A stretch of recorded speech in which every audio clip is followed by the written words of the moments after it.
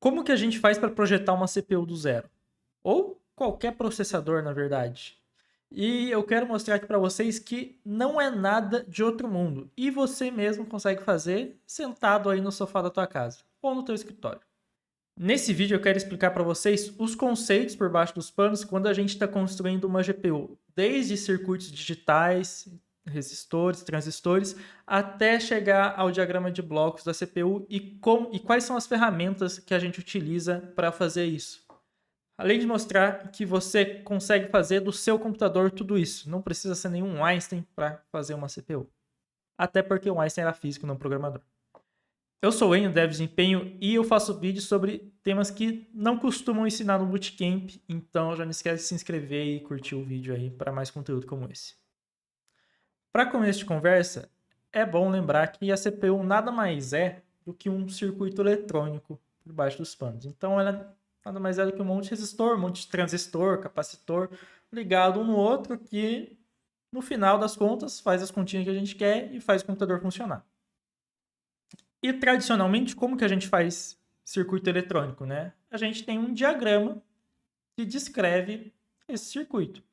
Então, por exemplo, aqui a gente tem um RLC, um circuito também muito famoso, que é um circuito de clock, para gerar o sinal de clock. Então, eu pego esse diagrama, implemento ele na minha protoboard, faço funcionar, eu vou ter isso. Ou um circuito somador também, né?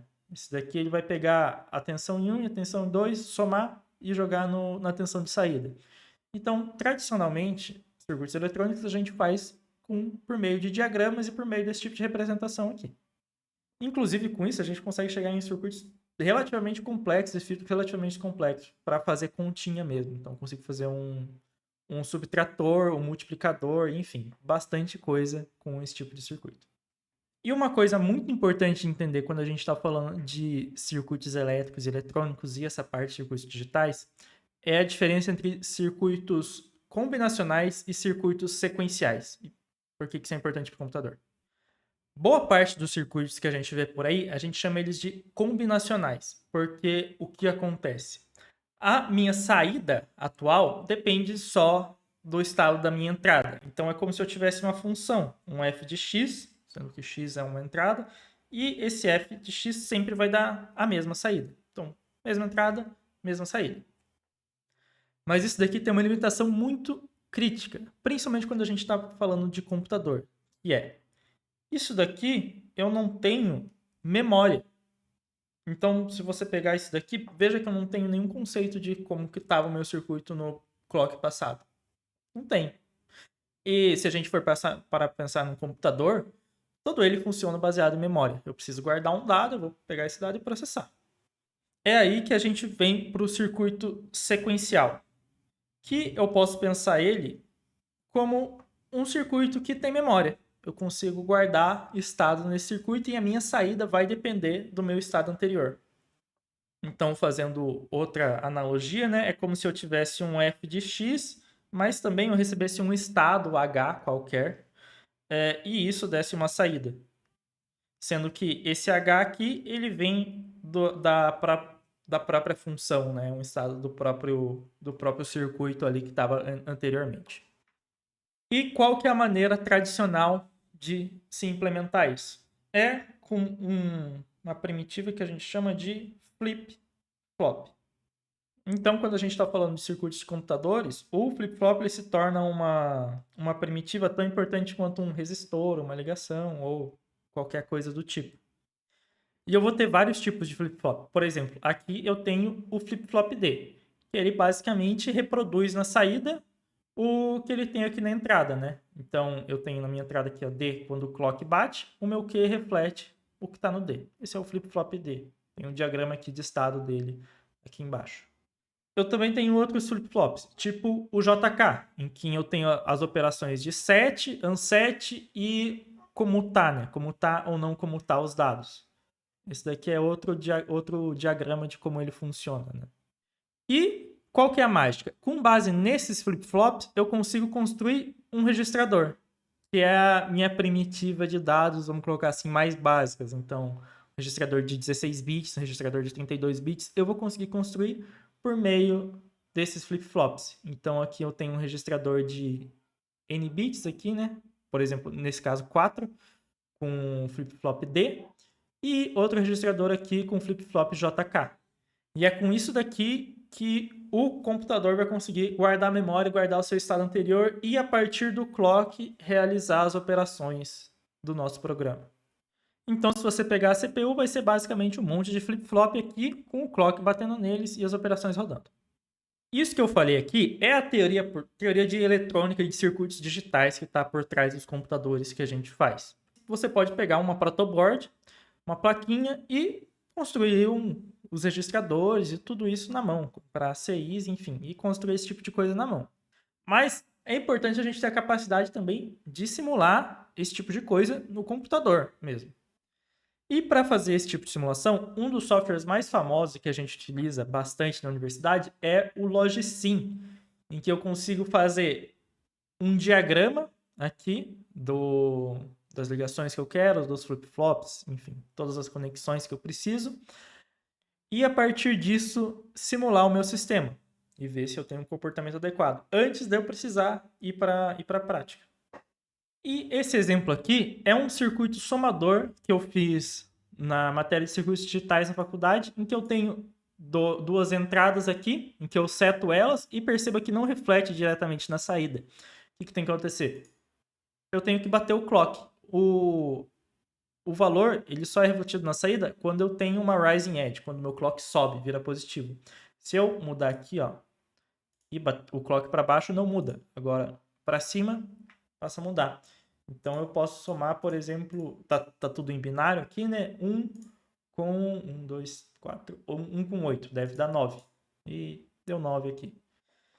E o Logisim tem uma coisa muito legal que ele permite a gente encapsular e criar subcircuitos, não sei a melhor palavra, componentes, acho que seria uma palavra mais adequada. Por exemplo, isso daqui está entrando dentro de uma caixinha, tem 3 coisas aqui entrando na caixinha e uma saindo. Se eu entro aqui, eu consigo ver o meu circuito somador. E por si, o meu circuito somador de 4 bits, ele utiliza também outra caixinha que é essa daqui. É um circuito de soma de 1 bit, em que você tem as duas entradas que você vai somar. Carry in. Carry in, se você for pensar na matemática ali da escola, é o número que sobe, sabe? Então, 9 mais 9 dá 8, sobe 1. É como se fosse carry in, e o carry out é o que vai para o próximo, né? E aqui o meu resultado de saída para esse bit. E usando o Logisim eu consigo fazer muita coisa. Eu consigo fazer um computador completo até, se eu quiser. Até porque esse exemplo aqui, que eles dão no site deles, é praticamente de uma CPU, né? Computador completo muito forte, mas de uma CPU completa. Mas mesmo o Logisim sendo uma ótima ferramenta de testes para prototipação, para a gente visualizar tudo isso que está acontecendo, ele ainda é muito limitado. Porque é difícil fazer alguma coisa de grande escala nele, é difícil de eu implementar testes nele. Tudo isso é meio complicado de fazer. E é justamente aí que entram as linguagens de descrição de hardware, em que, por meio de uma linguagem de programação, eu consigo descrever como que eu quero que o meu hardware seja. Então, é como se eu estivesse programando um circuito do Logisim, só que por meio de uma linguagem de programação, não por visualmente falando, né? E uma coisa muito massa disso é que um dos grandes nomes dessa área é daqui de Curitiba e da minha universidade, da UTFPR, que é o Volney Pedroni. Inclusive o filho dele também dava aula lá. E ele tem esse livro aqui que é super famoso, Thin State Machines in Hardware, Theory and Design, com VHDL e System Verilog. O que são VHDL e System Verilog? São as linguagens de descrição de hardware. Acho que as duas mais famosas, VHDL e Verilog. Mas antes de entrar nos específicos da linguagem e como que ela descreve o computador e mostrar um exemplo de uma CPU, eu quero antes dar um diagrama de bloco geral de como que é uma CPU para ficar mais claro essa parte do código. Como exemplo aqui, eu vou usar a arquitetura MIPS, que é um clássico das universidades. Acho que boa parte das matérias usam MIPS para mostrar, porque é bem didático. E esse diagrama aqui de blocos. A gente tem vários conceitos que estão presentes em nas mais diversas arquiteturas. E acho que o MIPS é um bom para exemplificar isso. O PC é o que a gente chama de Program Counter. O que é o Program Counter? É onde o meu programa está atualmente, a instrução no endereço de memória que ele está atualmente. E a execução dessa instrução vai vir da esquerda para a direita, né? Então, eu vou pegar o meu Program Counter, vou ler a instrução da minha memória, que eu preciso ler da memória, né? Pegar ela. A partir disso, eu vou fazer o decoding dessa instrução e vou ver o que eu preciso fazer com ela. Ah, ela é uma soma, ela é um move, o que ela é, e a partir disso eu vou mexer nos meus multiplexadores, que vão basicamente ligar ou desligar as conexões do meu sistema para realizar a operação. Não sei uma melhor maneira de explicar um multiplexador ou demultiplexador. Aqui na decodificação e no FET, eu vou ter aqui o banco de registradores. Então, vamos supor que a sua arquitetura tem 8 registradores ou 16 registradores, eles vão estar aqui e eu vou selecionar quais eu quero para a minha operação, né? E depois disso, eu vou passar ele para essa parte aqui que vai executar a maior parte dos cálculos, né? Vamos supor que é uma soma. Então, ele vai entrar na minha ALU. ALU é Unidade de Lógica Aritmética. Lógica e aritmética, algo assim. E ele que vai ter os meus circuitos para soma, para divisão, para multiplicação, tudo que precisar envolver um ou dois registradores e passar para frente, vai estar na minha ALU também. Além disso, a gente também vai ter algumas coisas de estado que a ALU vai mexer. Por exemplo, quando a gente quer fazer uma comparação, ver se é maior ou igual a zero, menor ou igual a zero, a gente usa a ALU e daí a ALU seta essas flags de estado. E saindo de tudo isso, eu vou querer pegar os meus resultados ou escrever de volta nos bancos registradores, se eu estou somando 2 registradores e colocando um terceiro, vou escrever de volta, ou eu vou querer escrever na minha memória global mesmo, que é o que isso daqui está me dizendo. Ou também, se for um pulo de endereço ou algo nesse sentido, eu vou escrever no meu PC. Quando que isso ocorre? Quando eu tenho um if, um jump, uma branch, um jump, alguma instrução nesse sentido. Então ele volta aqui para o PC. E o que vai acontecer no código? Eu vou pegar todos esses conceitos aqui e todos eles vão estar numa caixinha. Então eu vou ter lá um banco de registradores, eu vou ter lá uma ALU, vou ter uma variável de controle de estado, eu vou ter uma memória, eu vou ter os pulos para o PC, esses bypass, eu vou ter tudo isso lá no meu código. E quando a gente está fazendo uma CPU, a primeira coisa que a gente faz é justamente esse desenho. A gente não começa pelo código, a gente faz esse desenho aqui, faz as ligações que precisa, entende os blocos, e depois a gente parte para o código e faz as conexões. Só para refletir basicamente o que está aqui. E para exemplificar para vocês, eu vou pegar esse projeto aqui que eu fiz para matéria de arquitetura e organização de computadores, da UTFPR, em que o professor dava uma ISA para a gente e a gente tinha que fazer a implementação dessa ISA numa CPU. Eu não vou explicar o que é ISA, porque senão o vídeo vai ficar muito longo, mas ela basicamente descreve as instruções e um modelo abstrato de funcionamento da minha CPU. Então, bem na verdade, a primeira coisa é, eu faço a minha ISA, eu tenho a ISA, a partir disso eu faço aquele diagrama de blocos, e daí a partir disso eu traduzo para a implementação de fato. Então, algumas coisas aqui, né, que a ISA tem. Conjunto de instruções, tipo de dados, os registradores que vai ter, o tamanho da Word também, como que vai ser o esquema de acesso à memória, modelos também de input e output e tudo mais que eu preciso para um modelo abstrato de uma CPU. E duas CPUs com a mesma ISA, eles têm que rodar exatamente o mesmo programa e funcionar exatamente igual. Agora, finalmente chegando no VHDL, no código em si. Essa daqui é a cara de um código de VHDL. Aqui em cima eu vou ter o análogo aos imports ou includes, numa programação geral, que eu vou usar as bibliotecas. A partir daqui, para cada arquivo, a gente define uma entidade. O que é o program count? Aqui é o PC, é onde está a instrução. E o que eu vou ter nele? Vou ter um clock, que é um std logic, um booleano, basicamente. Um reset também, que vai ser 0, 1. Write enable, se eu vou escrever no meu program counter ou não, porque lembra, se eu for fazer um jump, uma branch, eu tenho que reescrever no meu Program Counter. Dado de entrada e dado de saída, que é basicamente o PC. Também aqui a descrição, né? Inicia a entrada e out a saída. Então a descrição da entidade aqui, ela me dá as entradas e as saídas. O comportamento eu vou definir aqui na arquitetura de VHDL. Dentro dessa arquitetura eu posso definir sinais, que eu gosto de pensar como se fossem fios de ligação ali, uma simples ligação, mas que, por exemplo, não precisa estar direto na saída, né? Ou entrada. E eu consigo fazer conexão nisso. Então, por exemplo, o meu dado de saída recebe do meu sinal do registro. E, além disso, eu consigo também definir processos. O que são os processos? São partes do código que são sequenciais, não combinacionais. Ou seja, eu preciso ter memória aqui nesse processo. Então, eu chego aqui, o reset é igual a 1, então o meu registro vai para 0. O registro vai ser o meu futuro PC, né? Tá ligado aqui direto. Ou o meu write enable é igual a 1, ou seja, eu quero escrever no meu PC? Se sim, então meu registro recebe o meu dado de entrada, que está entrando aqui. E depois vai para o PC de saída. E aí, com isso, eu basicamente finalizo o meu processo aqui. Eu vou ter um circuito uma especificação muito semelhante, por exemplo, para um registrador. Nesse caso aqui é um registrador de 16 bits, de 15 a 0. Na verdade, o código é idêntico. A única coisa que muda é o tamanho, né? Enquanto aqui no registrador eu vou ter 16 bits, no Program Counter eu vou ter 7 bits. Além disso, eu vou ter aquela entidade da ULA, que é a unidade lógica e aritmética. Eu vou ter duas entradas.